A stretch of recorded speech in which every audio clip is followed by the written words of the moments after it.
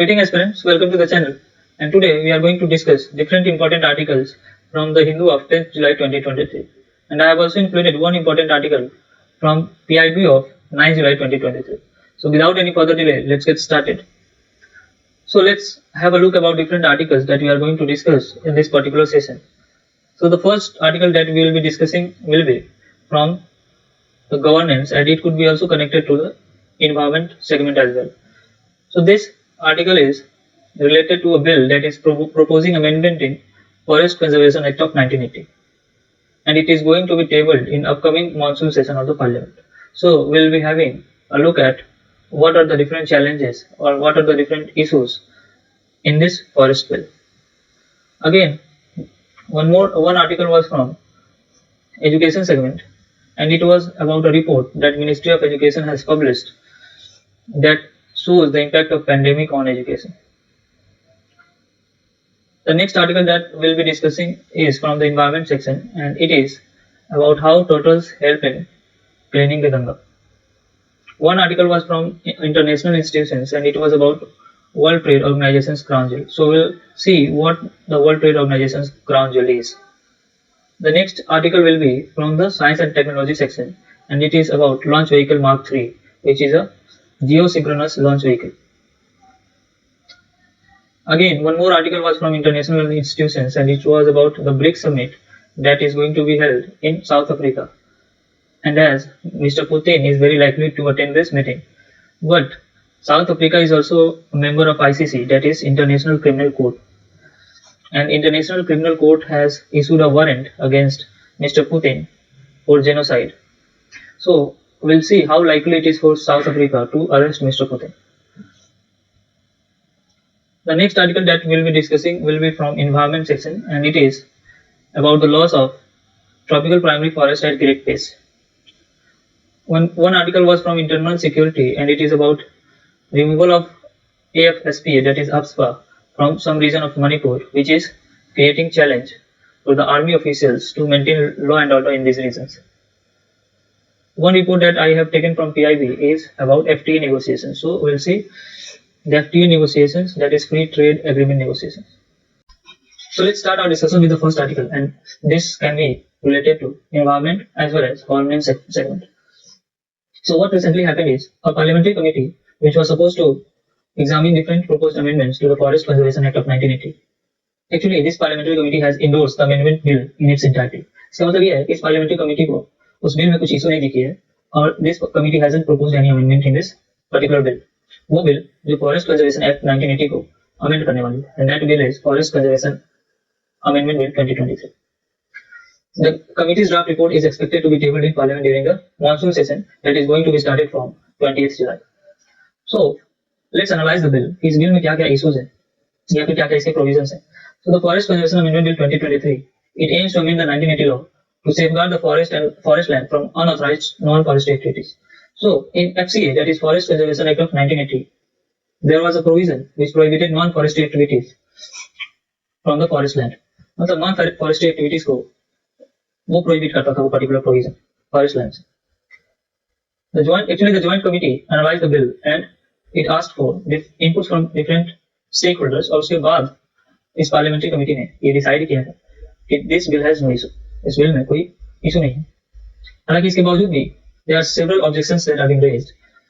One of them is that this bill is going to dilute the Supreme Court's 1996 judgment that was delivered in Godavarman case. And actually, this judgment only extended protection to non-classified forest areas. Non-classified forest areas क्या होते हैं? वैसे forest areas, those are recognized as forest areas, but they are not protected areas, not protected forest areas. जैसे wild life sanctuary हो गई या फिर national parks हो गए या फिर कम्युनिटी रिजर्व्स हो गए. तो ऐसे प्रोटेक्शन जो है जिस फॉरेस्ट एरियाज को नहीं प्रोवाइड किया जाता था, उसको भी 1996 जजमेंट में सुप्रीम कोर्ट ने प्रोटेक्शन जो है एक्सटेंड किया था. So there are some controversial amendments in this bill. Let's have a look about all those amendments. There are some exemptions that are given, and one of them is the exemption from the forest clearance for the construction projects within 100 km of international borders. So ऐसे कोई भी project जो 100 international border के 100 kilometre के diameter में होते हैं, उन्हें कोई फॉरेस्ट क्लियरेंस की जरूरत नहीं होगी. और ऐसा गवर्नमेंट का कहना है कि it is done for the purpose of development projects and providing livelihood for the people those are living near those waters. So वैसे लोगों को livelihood provide करना और development infrastructure को increase करना जो उस region में रहते हैं. और इस फॉरेस्ट कंजर्वेशन अमेंडमेंट बिल का जो नाम रखा गया है दैट इज वन संरक्षण एवं संवर्धन अधिनियम. And actually this name has also gain some criticism. और वो इसलिए क्योंकि लोग ऐसा क्लेम कर रहे हैं कि this is not very inclusive और इसका नाम जो है इस बिल के प्रोविजंस को सूट नहीं करता. The environment ministry has actually defended this name by emphasizing that there are more methods of protecting forest, not just passing a bill. Okay, not just getting some providing some clearance. Environment ministry का ये कहना है कि forest conserve करने के और भी तरीके हैं, केवल क्लियरेंस देना ही एकमात्र तरीका नहीं है फॉरेस्ट प्रोटेक्ट करने का. ऑब्जेक्टिव क्या है इस अमेंडमेंट से? तो एक ऑब्जेक्टिव तो साफ दिख रहा है that is to increase infrastructure development in forest areas, specially in non classified forest areas. ऐसे फॉरेस्ट एरियाज जो प्रोटेक्टेड नहीं है और वहां पे नॉन फॉरेस्ट एक्टिविटीज भी नहीं हो रही थी, तो वैसे रीजन में डेवलपमेंट इंफ्रास्ट्रक्चर को इंक्रीज करना और साथ ही साथ जो ऐसे एरियाज जो बॉर्डर के पास है वहां पे भी इंफ्रास्ट्रक्चर डेवलप करना. So this bill is actually conflict between environment protection and development. So let's have a look about different objectives of this amendment. कि ये amendment जो है वो उसका objective क्या है, purpose क्या है. So this amendment aims to remove ambiguities and provide clarity about the act's applicability to different lands. तो ये जो act है बहुत सारे जो ambiguous provisions थे forest conservation act को उसको remove करती है. और ये सारे जो provisions थे those were actually a hurdle in providing forest clearance. और फॉरेस्ट क्लियरेंस ना मिलने की वजह से बहुत सारे डेवलपमेंट प्रोजेक्ट्स जो थे इस एरियाज में फॉरेस्ट एरियाज में नहीं हो पाते थे. तो ऐसे प्रोविजंस को ये अमेंडमेंट बिल डाइल्यूट करेगी और ये भी क्लियर करेगी कि कौन कौन से रीजन पे या फिर कौन कौन से डिफरेंट टाइप ऑफ लैंड्स हैं जहाँ पे ये एक्ट की अप्लीकेबिलिटी है या फिर कौन कौन से ऐसे रीजन है जहाँ पे ये एक्ट अप्लीकेबल नहीं है.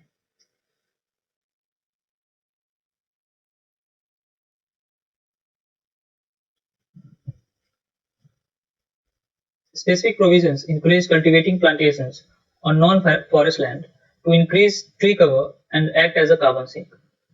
So, अभी हमने कुछ देर पहले देखा था कि नॉन क्लासिफाइड जो फॉरेस्ट एरियाज थे वहां पे भी फॉरेस्ट्री एक्टिविटीज जो है नॉन फॉरेस्ट्री एक्टिविटीज प्रोहिबिटेड थी. सो एक्चुअली ये जो अमेंडमेंट बिल है it provide some provisions that encourages cultivation on non forest land. So in non forest land पे जब कल्टीवेशन होगा तो actually it will provide a greater tree cover and it will also act as a carbon sink. तो carbon sink का जो capacity है हमारे देश में या फिर जो वॉल्यूम है वो इंक्रीज हो जाएगी. The amendments also remove restrictions on creating infrastructure for national security and livelihood opportunities near forests. So जैसा हमने देखा कि नॉन क्लासिफाइड फॉरेस्ट या फिर नॉन फॉरेस्ट लैंड पे भी ये डेवलपमेंट प्रोजेक्ट के लिए फॉरेस्ट क्लियरेंस पाना जो है अब आसान हो जाएगा. या फिर ऐसे रीजन जो बॉर्डर इंटरनेशनल बॉर्डर्स के पास है वहां पे फॉरेस्ट क्लियरेंस की जरूरत नहीं पड़ेगी. तो इससे नेशनल सिक्योरिटी के लिए जो इंफ्रास्ट्रक्चर डेवलपमेंट करानी होगी या फिर लाइवलीहुड प्रोवाइड करने के लिए जो ऐसे लोग जो फॉरेस्ट या फिर बॉर्डर्स के पास हैं तो उनके लिए एक अच्छा अपॉर्चुनिटी क्रिएट करेगी. So this was it in this article. So let's move on to the next article that is about a report that has been published by Ministry of Education, and that report is highlighting the impact of pandemic on education quality that every district is getting. So this particular report is on performance grading index. Performance grading index is a method through which the Ministry of Education provides different grading to different districts on the basis of the quality of education. So it was revealed that there is decline in educational performance in many districts due to the pandemic. And actually this performance grading index for districts assesses the school education system performance at district level. So this particular grading index it assesses the school education system in a district level. District किसी भी district में किस quality का education provide किया जा रहा है schools में उसके बेसिस पे अलग अलग डिस्ट्रिक्ट्स को ये रैंकिंग प्रोवाइड करती है या फिर ग्रेड देती है. ग्रेडिंग कैटेगरीज जो है that is from highest to lowest, that is highest is दक्ष, देन आफ्टर उत्कर्ष, अति उत्तम, उत्तम, प्रचेष्टा 1, प्रचेष्टा 2 etc. None of the districts achieved the highest grades, that is Daksh and Utkarsh, in this latest report. The number of districts graded as Ati Uttam decreased from 121 in 2020 to 2021 to 51 in 21-22. The number of districts under Prachesta 2 increased from 86 in 2021 to 117 in 2021-22. So quality of education जो है pandemic की वजह से उसका level जो है वो deteriorate हो रहा है और कोई भी डिस्ट्रिक्ट जो है वो दक्ष या उत्कर्ष तक नहीं पहुंच पाई। अति उत्तम में जो 2020-21 में नंबर ऑफ डिस्ट्रिक्ट्स थे वो 121 थे, जो अब 21-22 में 51 हो गए। उसके बाद जो प्रचेस्ता 2 है that is actually relatively lower grading, तो ऐसे ग्रेडिंग में नंबर ऑफ डिस्ट्रिक्ट्स जो थे 86 थे 2021 में, अब 117 हो गए 21-22। So this particular report is showing the deterioration impact of pandemic on education in India. So this was it about this article. Let's move on with the new one. So this was it in this article. Let's move on with a different one, and it is about how turtles are helping out in cleaning the Ganga. So first of all, we'll see about the Ganga cleaning program. Let's continue our discussion with a different article, and it is about how turtles are helping out in cleaning the Ganga. So first of all, we'll discuss about the Ganga cleaning program. So in 2014, Wildlife Institute of India and Ministry of Forest has joined hands with National Mission for Clean Ganga. National Mission for Clean Ganga is actually a society which is registered under Societies Registration Act of 1860, and its purpose is to rejuvenate the Ganga river. NMCG, that is National Mission for Clean Ganga, actually acts as an implementing wing for the Namami Gange program. So this was a little information about NMCC. Since 2017, NMCC has running turtle breeding and rehabilitation center in Varanasi. Actually 5,000 turtles have been released yet, and 1,000 is going to be released. How does turtles help to clean the Ganga river? Let's have a look on this question. There are turtle species in India which are both herbivorous and carnivorous. It means they consume both meat and plant parts, and by this only they help in maintaining clean water. For example, in Ganges river especially, there are a lot of cremations that take place. तो इस cremations की वजह से या तो unburn body dump की जाती है गंगा रिवर में, या फिर बहुत सारे प्लांट बेस्ड कमोडिटीज हैं जैसे फ्लावर्स हो गए या फिर दूसरी चीजें वो गंगा रिवर में डाली जाती है। तो जो हार्बीवोरस टर्टल्स हैं वो इस प्लांट बेस्ड कमोडिटीज को डिवोर कर जाते हैं, और जो मीट ईटिंग इट मीन्स जो कार्निवोरस turtles हैं they help out in cleaning the meat or unburnt body or the meat part that is being dumped into the Ganga river. So how it happens? By consuming rotten or half burnt human bodies plus flowers dumped into the Ganges river. क्या क्या observe किया गया है जब से turtles breeding को या फिर टर्टल्स को गंगेज रिवर में रिलीज किया जा रहा है, तब से ये ऑब्जर्व किया गया है कि the quality of water in Ganga has improved and there is improvement in biochemical oxygen demand and dissolved oxygen levels, and the pH level that is being observed is fit for bathing. तो the pH level जो है वो अब स्नान या नहाने के लिए परफेक्ट हो गई। So this was it about this article. It is about how the turtles are helping in cleaning the Ganga. Next article is from the Restoring the World Trade Organization's Crown Jewel. So in this article we'll see what this article is saying and what is the World WTO's Crown Jewel. It's a different article and it is about WTO and its Crown Jewel. So first of all, we'll have look at some facts about WTO, that is World Trade Organization. It was established in 1995. It was established to regulate and facilitate international trade among its member countries. So globally trade को facilitate करने के लिए या फिर trade laws को regulate करने के लिए 1995 में वर्ल्ड ट्रेड ऑर्गेनाइजेशन को एस्टैब्लिश किया गया। Then comes the dispute settlement system. Actually, it is referred as the crown jewel of WTO. So the main objective of establishment of WTO was to provide a platform for the trade agreements negotiation and for the purpose of resolving disputes for the promotion of global economic cooperation and bringing stability and predictability in global economy. So for these particular objectives only, dispute settlement system was introduced. It helped in providing a fair and impartial mechanism for resolving trade disputes.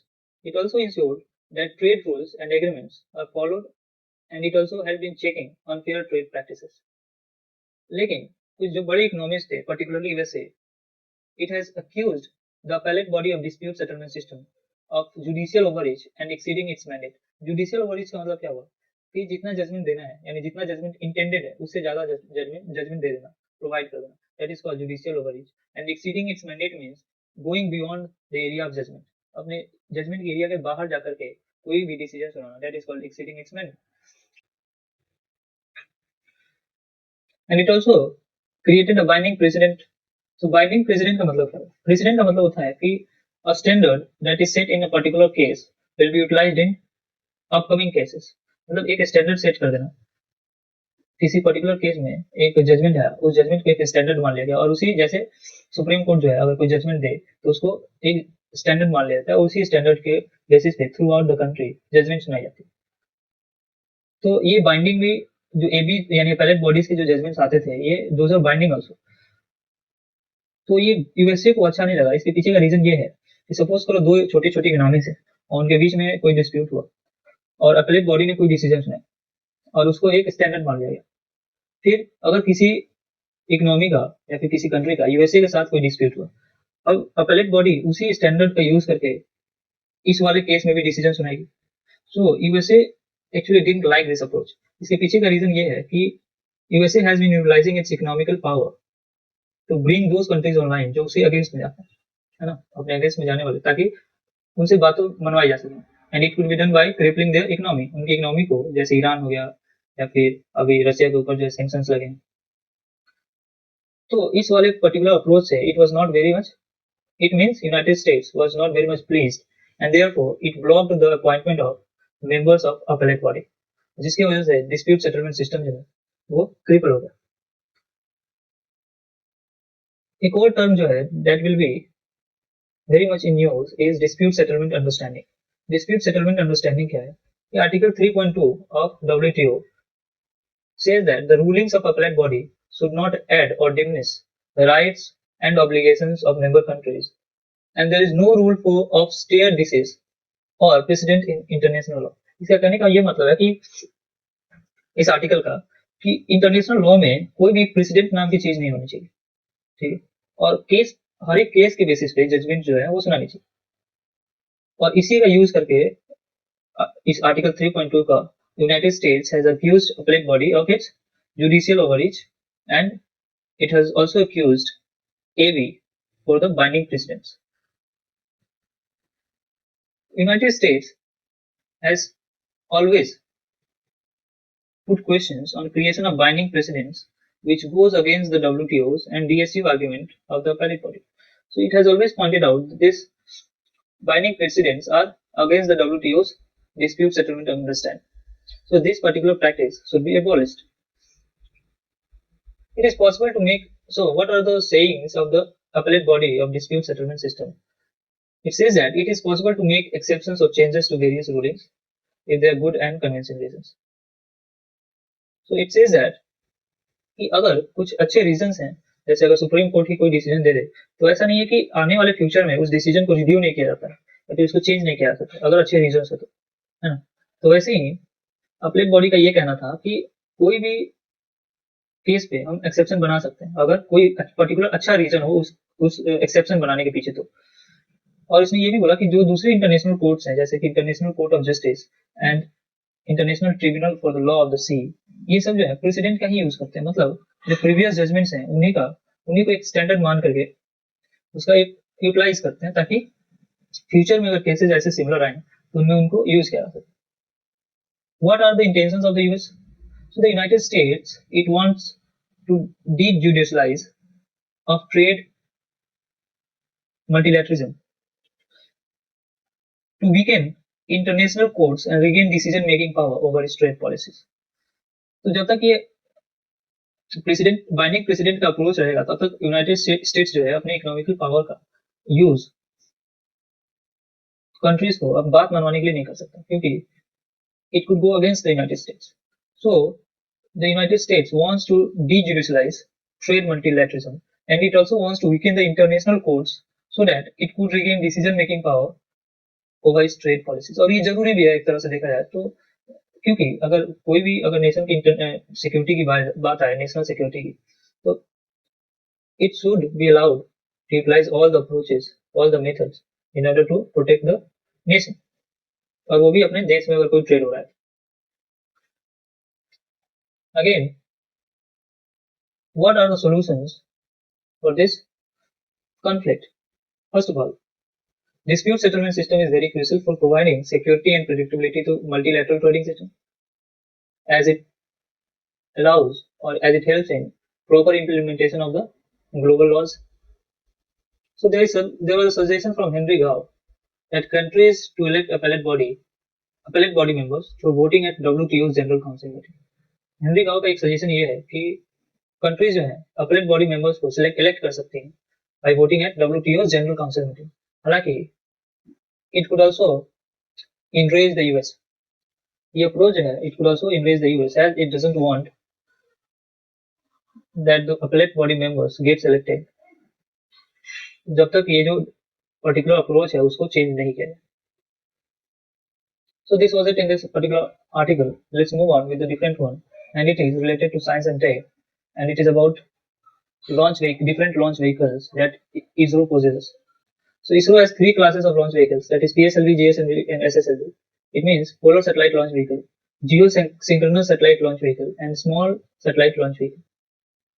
So PSLV, it has been utilized the most, and its failure rate is also very low. Therefore, it is known as the workhorse. It can lift 3.8 tons of payload to low Earth orbit. Then comes GSLV, and it is known for launching of heaviest payloads into the higher orbits. For example, अगर circular orbit में यानी लो earth orbit में किसी भी payload को अगर establish करना है तो PSLV and SSLV could be utilized. But for the establishment of heavier payloads in far orbits, for example, the elliptical orbit, the GSLV will be utilized. So GSLV have multiple configurations with LMV3. Launch Vehicle Mark III is a type of GSLV, and it has a multiple configurations. LVM3, that is Launch Vehicle Mark III, it is also known as GSLV Mark III. It can lift up to 10 tons to low Earth orbit, and it has 3 stages. Means it is 3-stage launch vehicle. The first stage is powered by S-200 boosters, which utilizes a solid fuel, and the second stage is Vikas engine that utilizes liquid fuel, and the third one is cryogenic propellant system that utilizes liquefied hydrogen as a fuel and liquefied oxygen as a oxidizer. So in S-200 boosters, hydroxyl terminated polybutadiene is used as a solid fuel, and in Vikas engine, it uses either nitrogen tetroxide or unsymmetrical dimethyl hydrazine as a solid liquid fuel. The final stage, or LVM3, that is powered by a cryogenic engine, it utilizes liquefied hydrogen as a fuel and liquefied oxygen as oxidizer, and it utilizes the air around the vehicle to boil the hydrogen. अब जब hydrogen boil होने लगेगा सो ये oxidiser chamber में आएगा और वहां पे ऑक्सीडाइज होने के बाद पावर जो है जनरेट होगी. बेनिफिट क्या है क्रायोजेनिक इंजन का? एक्चुअली लिक्विफाइड हाइड्रोजन जो है बहुत ही कम टेम्परेचर पे, एक्सट्रीमली लो टेम्परेचर पे स्टोर किया जाता है, लेकिन ऑक्सीजन भी. अब जब इस बहुत ही कम स्टोरेज में आप हाइड्रोजन को यानी लिक्विफाई करके आप रख सकते हैं, लेकिन जैसे ही वो हीटअप होगा यानी थोड़ा सा और टेम्परेचर मिलेगा तो बॉयल होने लगेगा. बॉयल होकर के लगभग 10 से 30 टाइम्स जो है वो उसका वॉल्यूम बढ़ जाएगा. मतलब आप कम स्पेस में ले जा रहे हो, लेकिन वहां जाकर के फ्यूल की जो क्वांटिटी है वहां पे बढ़ जाएगी, यानी फ्यूल खत्म होने का जो चांसेस है वो कम हो जाएगा. And the Chandrayaan 3 mission will be launched on July 14 by this LVM3 only. So the next article is about the BRICS summit, which is going to be held in South Africa, and Mr. Putin is also likely to attend this meeting. So this article talks about how likely it is for South Africa to arrest Mr. Putin, as International Criminal Court has issued a warrant against Mr. Putin, and South Africa is member of International Criminal Court. So it is obligatory for South Africa to arrest someone against whom International Criminal Court has issued a warrant. So through this article, we'll discuss about International Criminal Court. It was established in 2002. It is based on the provisions of Roman Statute. So Roman Statute means it says that every country has a right to prosecute any person who has committed a serious crime against the international community. So this is the provision of Roman statute. This is what Roman statute means. So the tribunal of ICC, it has jurisdiction to prosecute guilty persons who have committed more serious crimes of international concern. What are the jurisdiction and functions of ICC? It is governed by the provision of Roman statute. It means it expresses that every country throughout the globe has right to prosecute any person who has done a heinous crime against an international community. It is headquartered in The Hague of Netherlands. So we'll see the background behind the establishment of ICC. The background was the idea for its establishment was first raised during the First World War. And then after, in December 2000, UN General Assembly voted to endorse ICC. On 1st July 2002, ICC was formally established following the ratification of 60 nations.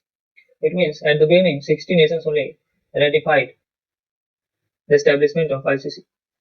The jurisdiction of ICC, it is limited to more serious crimes that affect the international community as a whole. That is the crime of genocide, crime against humanity, war crimes, the crime of aggression. The members, there are currently 123 countries as a member of this ICC. 40 countries never signed the treaty. And among those countries, China, India, Indonesia, Iraq, North Korea, Saudi Arabia, and Turkey are also there. Several countries signed this treaty but never ratified. For example, Egypt, Iran, Israel, Russia, Sudan, Syria, and US. The composition of the benches of the judge. There are 18 judges who are elected by the member states. The condition of election of judges is that the member states should maintain a gender balanced bench while electing. Means the bench should be gender parity. There should be a representation of every gender. The judges should be elected from a different member country. Judiciary must include representatives of each of the UN's 5 regions. So it also expresses that there should be a global representation and the representation of every gender in the bench which is representing the ICC. So the global representation could be by appointing judges from the UN's 5 regions. The 5 regions are Asia, Europe, Latin America and Caribbean,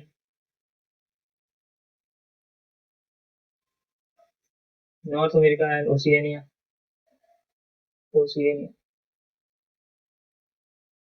Okay. There should be one president and 2 vice presidents, which will be elected from the judges, among the judges, to handle the administration of ICC. What are the functions? ICC carry out investigative work to the office of prosecutor. It can open an investigation into possible crimes in any of the following 3 ways. What are the 3 ways?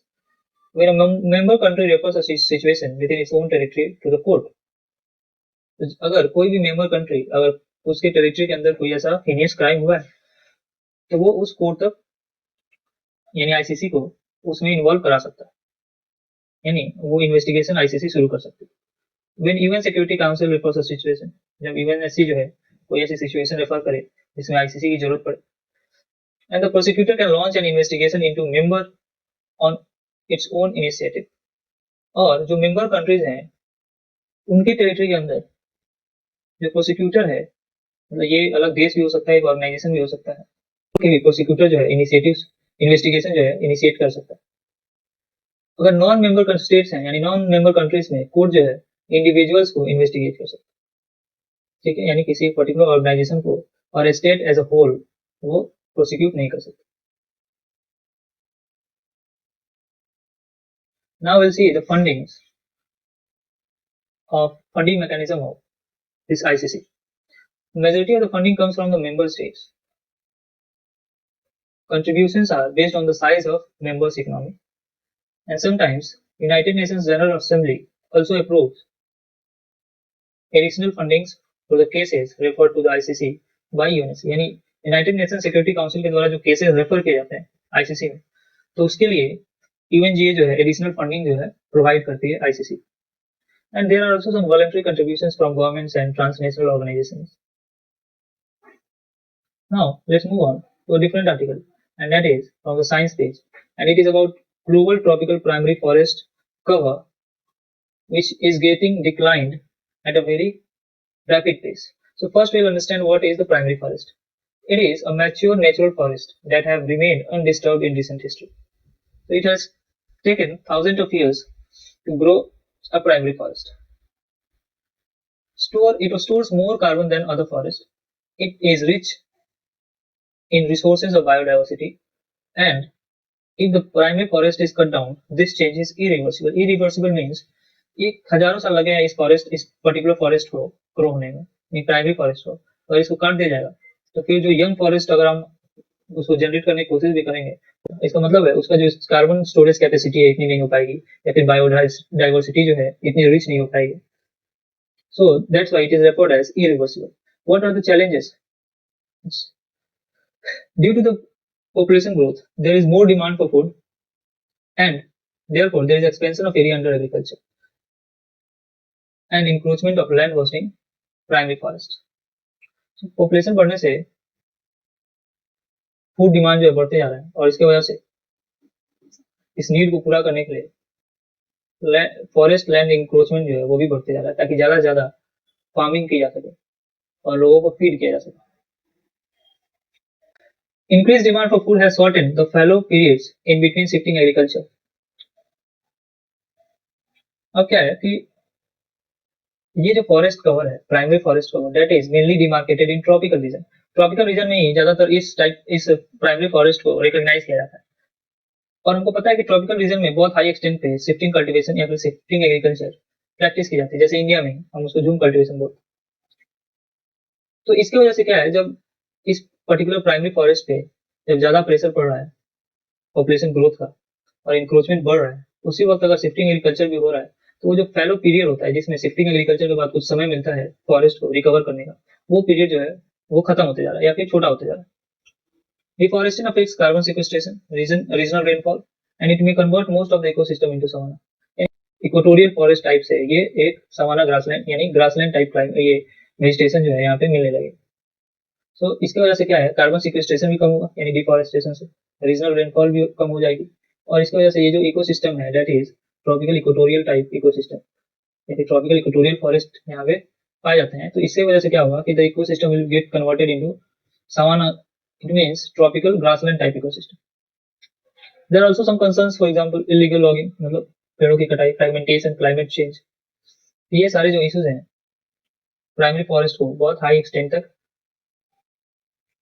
Affect कर रहे हैं. साथ ही साथ और अगर हम concerns को देखें, जैसे कि invasive species, infrastructure development, lack of protection and governance. इसी पर्टिकुलर सेशन में हमने पहले देखा है एक पर्टिकुलर बिल के बारे में, that is also conflict between development and environment protection. So these are the reasons because of which the primary forests are being cut down, or the land of primary forests are being encroached at greater pace. What are the findings of Global Forest Watch by World Resources Institute? So there is institute, that is World Resource Institute, that only published its Global Forest Watch report. It measures progress on forest related commitments using two goals. The first one is ending deforestation by 2030 and restoring 350 million hectares of lost and degraded forest by 2030. It means it helps in, or it tries for, increasing tree cover by 22 million hectare per year. ये जो है ये दोनों objective हैं जो world resource institute जो है जिस पर्टिकुलर ऑब्जेक्टिव के लिए काम करती है. पहला है कि डिफॉरेस्टेशन को 2030 तक खत्म कर देना और 350 million hectares lost and degraded forest को रीस्टोर करना, और ये तभी हो जाएगा 2030 तक. अब ये तभी होगा जब 22 मिलियन हेक्टेयर पर ईयर जो है 2021 से 2030 तक अगर फॉरेस्टेशन किया जाए या फिर प्रोटेक्ट किया जाए. In 2022, primary forest cover loss was 10%. So these were the finding of this report. 2022 में प्राइमरी फॉरेस्ट कवर लॉस जो था वो 10% ज्यादा था 2021 से. It needs to be reduced at least 10% every year to meet 2030 target. अगर 2030 टारगेट को achieve करना है तो इसे 10% एवरी ईयर से रिड्यूस करना होगा डिफॉरेस्टेशन को. The overall change in tree cover in past 20 years was net loss of 100 million hectares. We are still losing forests and not restoring them at the required rate. तो overall अगर tree cover का loss देखें इन 20 सालों में तो वो 10 million hectare और जिस स्पेस से हम ट्री कवर लूज कर रहे हैं उस स्पेस से हम उसको रिस्टोर नहीं कर पाए। जैसे कि ब्राजील या फिर डेमोक्रेटिक रिपब्लिक ऑफ कॉन्गो, घाना और बोलिविया, ये सारे जो कंट्रीज हैं, यहाँ पे जो प्राइमरी फॉरेस्ट है एरिया में पाया जाता है, लेकिन ये जो प्राइमरी फॉरेस्ट कवर है इन सारे देश में पॉपुलेशन बूम की वजह से प्राइमरी फॉरेस्ट कवर का जो लॉस है उसका पेज जो है इंक्रीज हो गया। हालांकि इसमें कुछ अच्छे न्यूज भी हैं, जैसे कि Indonesia and Malaysia they have managed to keep their primary forest cover loss record low levels in 2020. There are some India specific findings also. For example, there was loss of 43.9 thousand hectares of humid primary forest between 21 to 22, which accounted for 17% of our country's total tree cover loss. और total tree cover loss कितना था India में? 2,55,000 hectare. 2,55,000 hectare में 43.9 thousand hectare जो है वो primary forest cover के थे जो लॉस हुए, and it accounted for about 70% of countries total tree loss. So what the conclusion can be driven from this report? Conclusion is that the conservation efforts should be enhanced or increased by practicing sustainable land use practices and by improving governance. And there is also need for international cooperation to protect and restore primary forests. So this was it in this article, in which we saw about primary forest cover loss and different datas. And at last we saw the conclusion, which is asking for the international cooperation and more improved governance. Let's move on to a different article, and it is about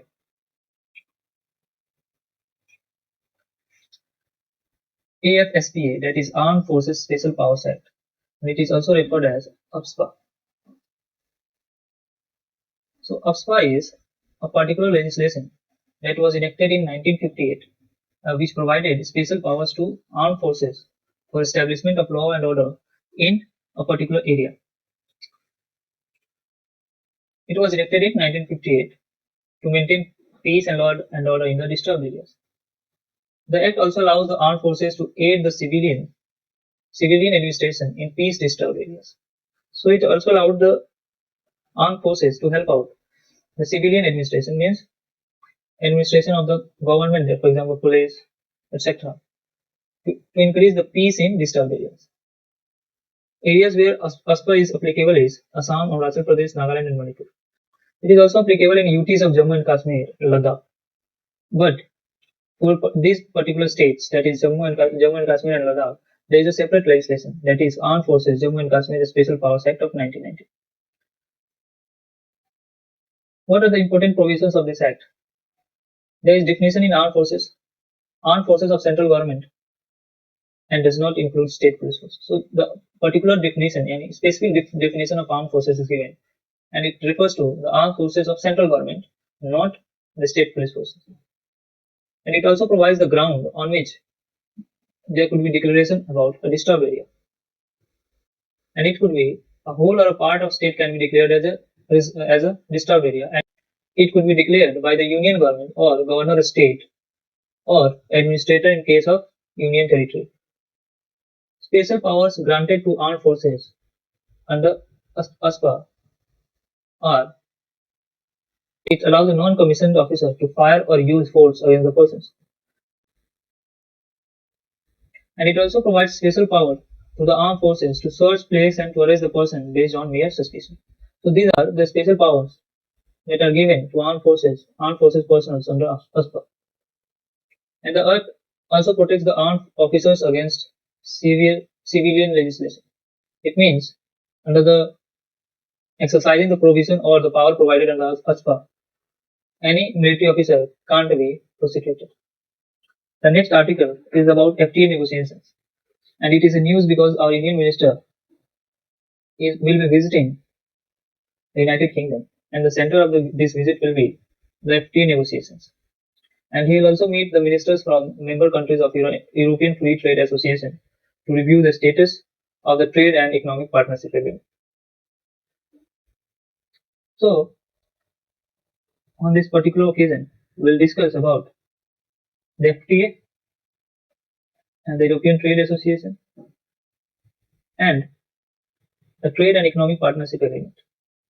So first, we'll start off with Free Trade Agreement. Actually, Free Trade Agreement means it is an arrangement or a treaty between two or more countries to remove the trade barriers and facilitate trade between them. तो trade barriers को खत्म करना और दो देश या फिर दो से ज्यादा देशों के बीच में ट्रेड कोऑपरेशन को बढ़ाना, that is only free trade agreement. It is created as an alternative to European Union by 4 European countries. So it was established as an alternative for the European Union, as these 4 Scandinavian countries were not part of the original European Union. And these countries under European Free Trade Association are Iceland, Liechtenstein, Norway,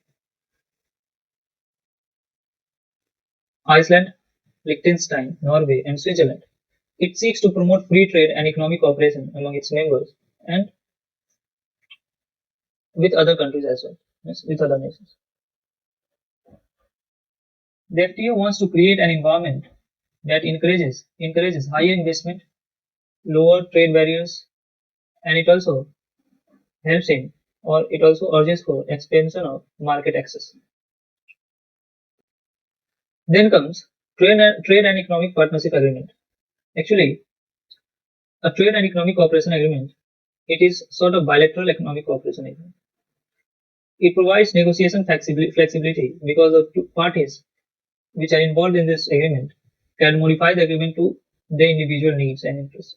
So this particular agreement is very much flexible, और इसकी flexibility की वजह से अगर कोई party चाहे तो इस एग्रीमेंट के नॉर्म्स को अपने इंटरेस्ट के हिसाब से चेंज कर सकते हैं. This particular agreement strives to improve India's trade and economic cooperation. So this was it in today's discussion. I hope it will be proved as beneficial for you. And the link to download this PDF will be in description section. And if the link doesn't work, आप Telegram में CNA by Raunak type करेंगे तो वहां से आप इसको download कर सकेंगे. So till the next session, keep learning and be healthy. Thank you.